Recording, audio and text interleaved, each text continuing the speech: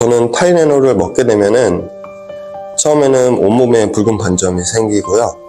그리고 기도가 붓고 눈이 붓기 시작합니다. 그리고 나서 저는 호흡을 더 이상 혼자 할 수 없는 상태가 되고 저혈당 쇼크 상태로 빠지게 되는데요. 그리고 나서 빠르게 해독을 하지 못하면 저는 사망을 할 수가 있습니다. 안녕하세요. 약물 알러지 아나필락시스 환자입니다. 아나필락시스 어떤 질환인가요? 제가 지금 겪고 있는 아나필락시스는 약물에 과민 반응하는 병인데요. 특정 약물에 제 몸이 병으로 인식을 하고 제가 먹은 그 약물을 공격하는, 그래서 제가 쇼크가 오고 알레르기가 오는 그런 병입니다. 처음 본인이 이런 증상이 있는지 어떻게 알게 되었나요? 제가 아나필락시스를 알게 된 거는 이제 군대에서부터 시작을 했어요. 그래서 군대에서 제가 이제 두통으로 타이레놀을 먹었고, 그 타이레놀 때문에 제가 한 번도 생기지 않았던 그 피부에 붉은 반점이 생겼었어요.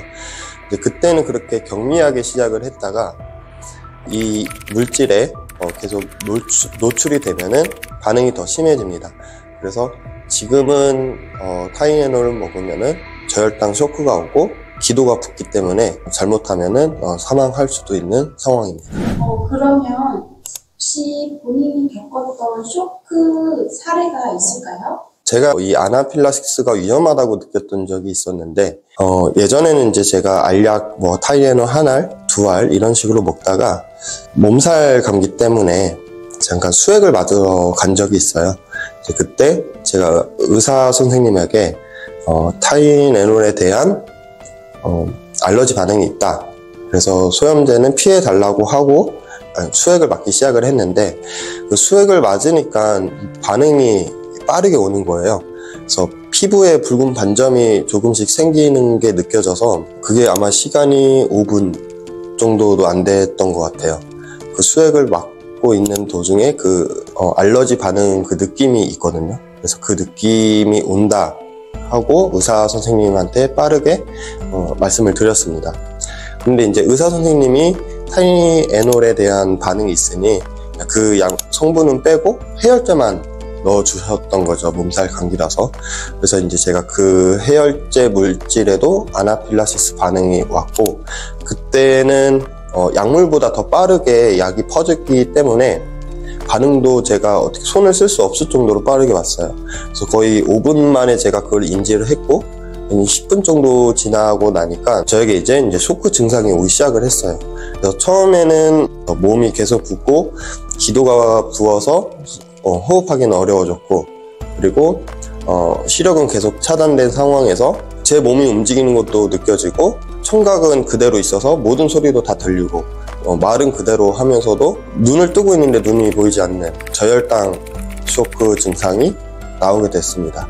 그래서 저혈당 쇼크가 일어나게 되면은 우리 몸이 먼저 시력을 차단을 한다고 하더라고요. 구급대가 와서 응급실에 가게 됐는데 제가 이제 코로나 때라서 열이 있다는 이유 때문에 들어가질 못했어요. 응급실을. 좀 빠른 조치를 받지 못했기 때문에 기도와 호흡곤란 증상은 더 심해지고 있었습니다. 그리고 나서 이제 저희가 응급실 가서 해독제를 맞았는데, 사실 아나필락시스가 제일 힘든 점은 이 해독제를 맞았을 때예요. 이 해독제를 맞게 되면은 몸에서 거부 반응이 일어나요. 그 약물을 해독을 하는 데 있어서 약물과 해독제가 싸우는 그런 느낌이 가슴 쪽에서 시작을 하거든요. 그래서 심장이 굉장히 제가 느낄 정도로 크게 뛰고, 그때부터 이제 정신을 잃기도 해요. 호흡곤란은 계속 지속되기 때문에 이런 부분들이 아나필락시스의 가장 위험한 부분인 것 같아요. 네. 그래서 해독제를 언제 빨리 맞을 수 있느냐에 따라서 살 수도 있고 죽을 수도 있다는 병으로 보시면 되겠습니다.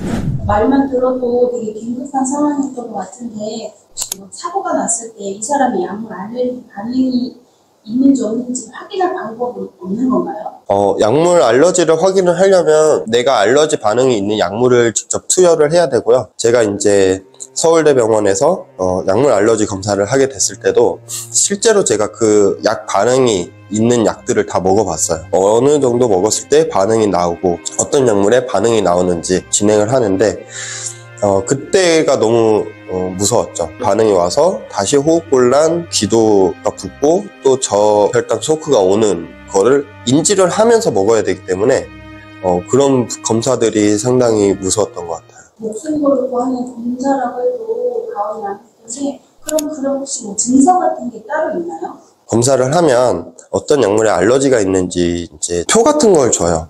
네, 그래서 이제 그걸 가지고 제가 의사 선생님한테 가면은 사실 병원에서 가장 싫어합니다.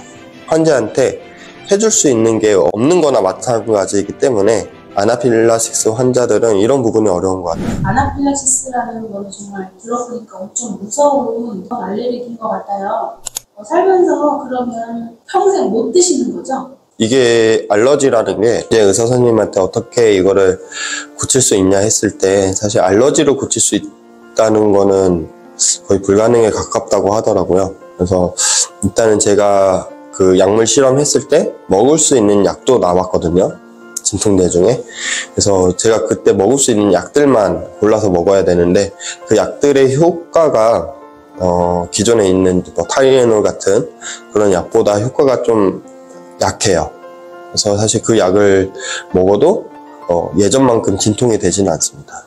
그러면 진통제도 드시면 안 되는 건가요? 와약 진통제? 그러니까 어르신들이 먹을 수 있는 약들이 개발된 게 있어요. 그런 약들은 저희가 먹을 수는 있습니다. 아나필락시스는 갑자기 생기는 병이에요. 그냥 내가 기존에 오랫동안 먹었던 약이어도 갑자기 증상이 생길 수도 있고 갑자기 없어질 수도 있다고 해요. 그래서 그냥 단순하게 보면 알러지라고 보면 되고, 그래서 이 병은 누구에게나 생길 수 있고요. 갑자기 사라질 수도 있다고 합니다.